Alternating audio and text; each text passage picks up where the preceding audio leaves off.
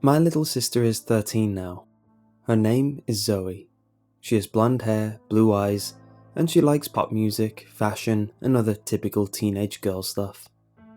I really do love her. I must have been 7 or 8 when she first came home. I was excited to finally see my little sister. At first, I had been annoyed that the baby was going to be a girl as I wanted a little brother, but I was happy when she eventually did come home. This kind of disappeared quickly though.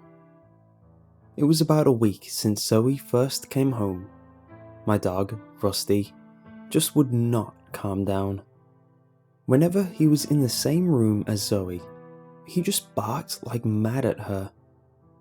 Eventually, as my parents were scared that he would hurt her, they got rid of him. They didn't even talk to me. I just came home one day and he wasn't there. It was only when I asked about it that my mum just casually said, "Oh, we got rid of Rusty. We were worried about Zoe." Then she went back to feeding Zoe. I was confused. Both of my parents had just abandoned my dog, my best friend, in some pound somewhere and didn't even bother talking to me. They weren't even sorry. This was when I first started to gain some disdain towards her. It wasn't her fault, of course. If we had kept the dog, she probably would have loved him too. I just blamed her at the time. When she was 1, I was kicked out of my room.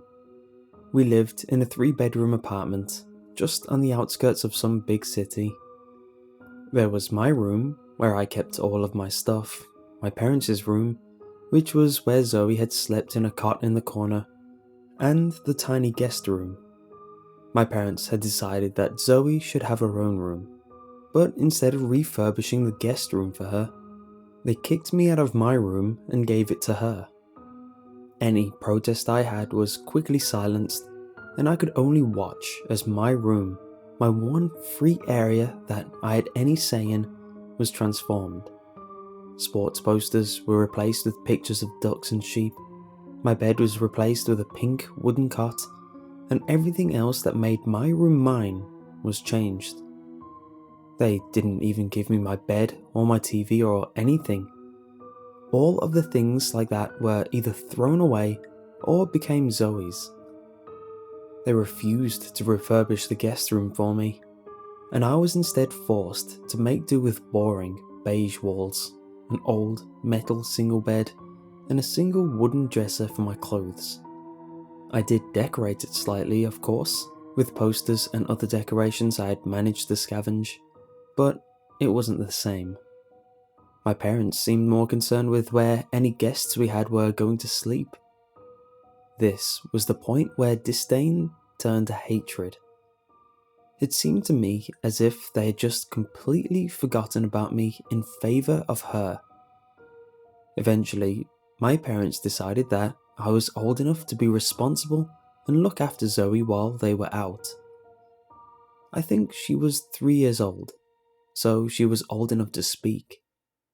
I really didn't want to do it, but my parents wouldn't take no for an answer. They simply left, saying that they had left some pre-made lunches for her in the fridge. There wasn't even one for me, so I had to make myself something.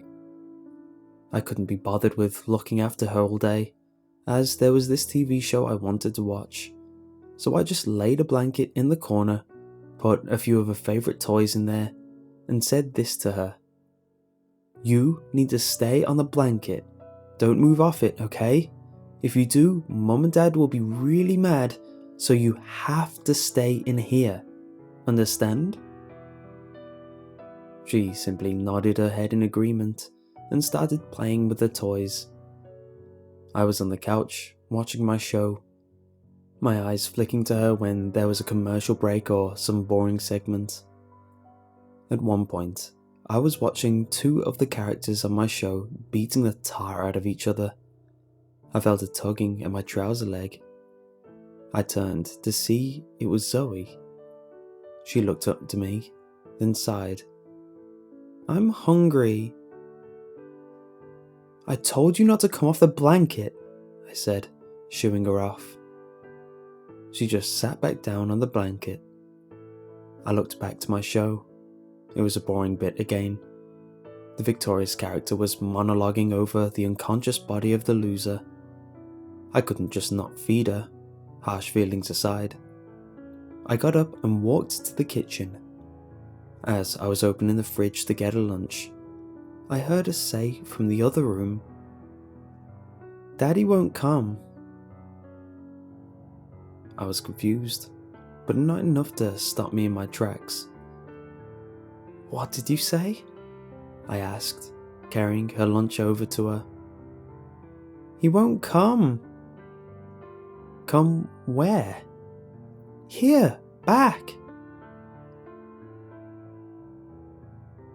I was quite unnerved by this, but I didn't think anything of it. About half an hour later, the phone rang.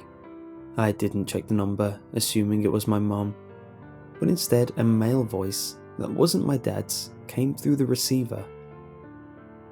"Hello, is this Daniel and Zoe?" The voice sounded serious and kind of upset and disturbed. Yeah, I'm Daniel. Who is this?" The voice then proceeded to explain to me, nice and clearly, that there had been a traffic accident.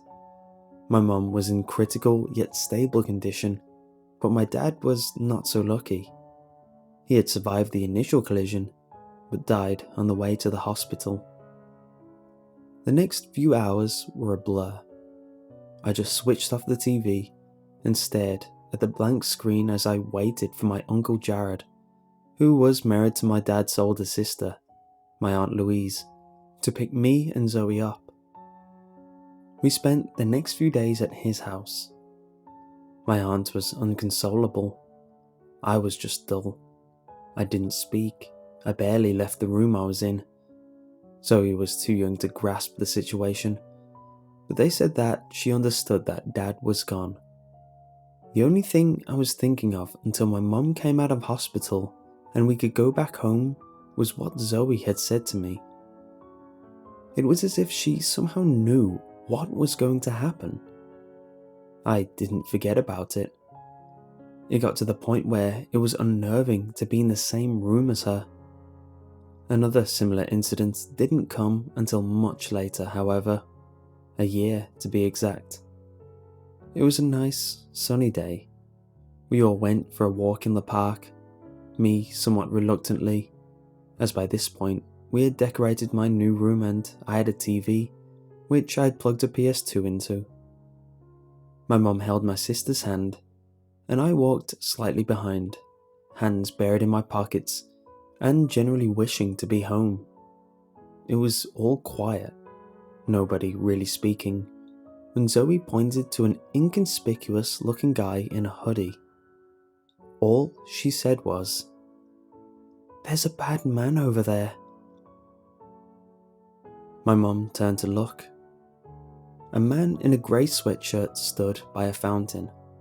He was staring at his feet, hands in his pockets. I looked too. Something about him did seem rather off, but I didn't think much of it. It was later on, when we had left the park and were in the car on the way home, that I remembered how she had predicted Dad's death. I leaned over to her. "Zoe, what did you say about the man in the park? The bad man?" She turned to me. Her face was covered in chocolate from the chocolate bars Mum had given us. "The man had a knife. He was sad about something. He wanted to change it." She then turned back to look out the window. I was just frozen. He was sad about something? He wanted to change it? I wanted to ask my mum to call the police, but I knew she'd find it ridiculous. I just stared out of my window too. The next morning, I was up before anyone else. I saw the local newspaper had arrived, so I picked it up to put it on the coffee table for Mum to read. As I did, I glanced at the front page headline and I dropped the paper and almost jumped back in horror. Family of 5 stabbed to death in home. Beneath it was a mugshot, a man in a grey sweatshirt. It was then that I realised Zoe had a talent. I stopped being distant and uncaring of her, and instead listened carefully to what she had to say about anything, asking her about random things that we saw. I would write down anything I found particularly interesting in a notebook and kept it in my room. There wasn't anything major. She worked out when the goldfish was going to die, but that was the biggest thing. I eventually worked out that she could only make predictions linked to death. When she was 6, something big happened. She was watching some little girl TV show, eating crisps, when the phone rang. She turned to face my mum's boyfriend, David, as he picked up the phone. "Oh no," she said. I was on the other side of the couch reading a comic book. I looked over to her, expecting that something had just happened on the show, but she was staring at David. "What is it?" I asked. "Grandpa," she said, still looking. I froze. I could feel in my gut that this was another prediction. We watched David talk on the phone. "Yes? Oh my God, really? Jesus, I'll tell Kathy. Okay, goodbye." Then he hung up. He noticed that both of us were looking at him, and a sunken look came over him. "Oh geez, kids, I have some bad news." I knew what he was going to tell us before he even said it. Grandpa had passed away in his sleep. Mum was sad. Zoe was sad. I tried to be sad about Grandpa, and I was. I was just more amazed and creeped out at Zoe. How did she do it? That was the last prediction for a long time. I eventually forgot about it, just chalking it up to coincidence. Last week, I got a phone call. Checking the caller ID, I saw that it was Zoe. I hadn't spoken to her in about a month, so I was pretty happy to see her name on my phone. I took the call. "Hi Zoe, how are you?" "Dan, are you there? I need to talk to you. Are you alone?" My girlfriend was sitting next to me, watching TV. "Hold on, I'll move," I said, standing up. My girlfriend looked to me. "Who is it?" "It's just my sister. I need to talk in the other room." She just shrugged and turned back to the TV.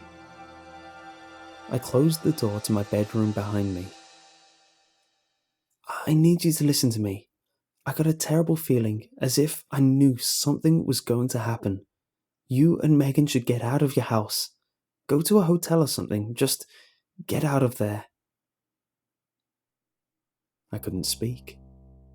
Not only did she predict something again, but she was aware of the seriousness of the situation. Meagerly, I managed to say, "Okay, thank you." I hung up. Then I rushed back into the room where my girlfriend was sitting, watching the TV. "Megan, we need to get out of here." "Why? What's wrong?" "My sister had another prediction. We could be in danger." I had told her about the predictions. She never believed any of it, or chalked it up to mere coincidence. "Are you kidding? I'm not going anywhere because your 13-year-old sister thinks we should." "I told you about her predictions. This is serious," I shouted. After an hour of bickering and arguing, she finally agreed to leave. We went to a nearby hotel, booked a room for one night, and went to sleep.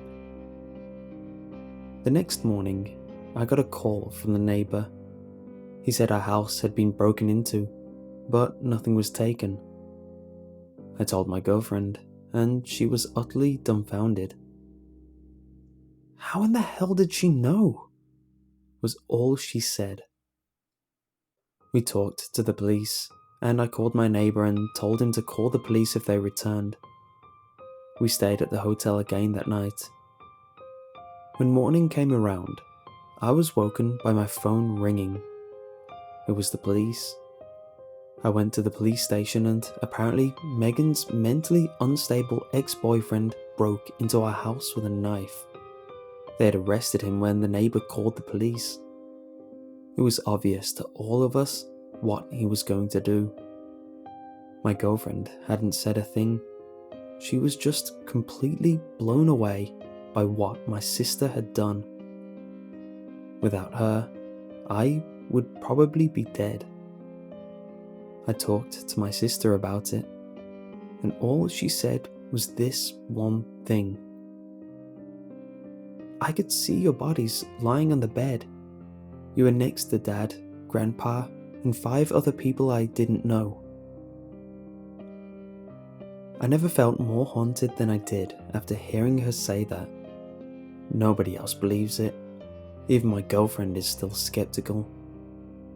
But I know for sure that my sister has a gift.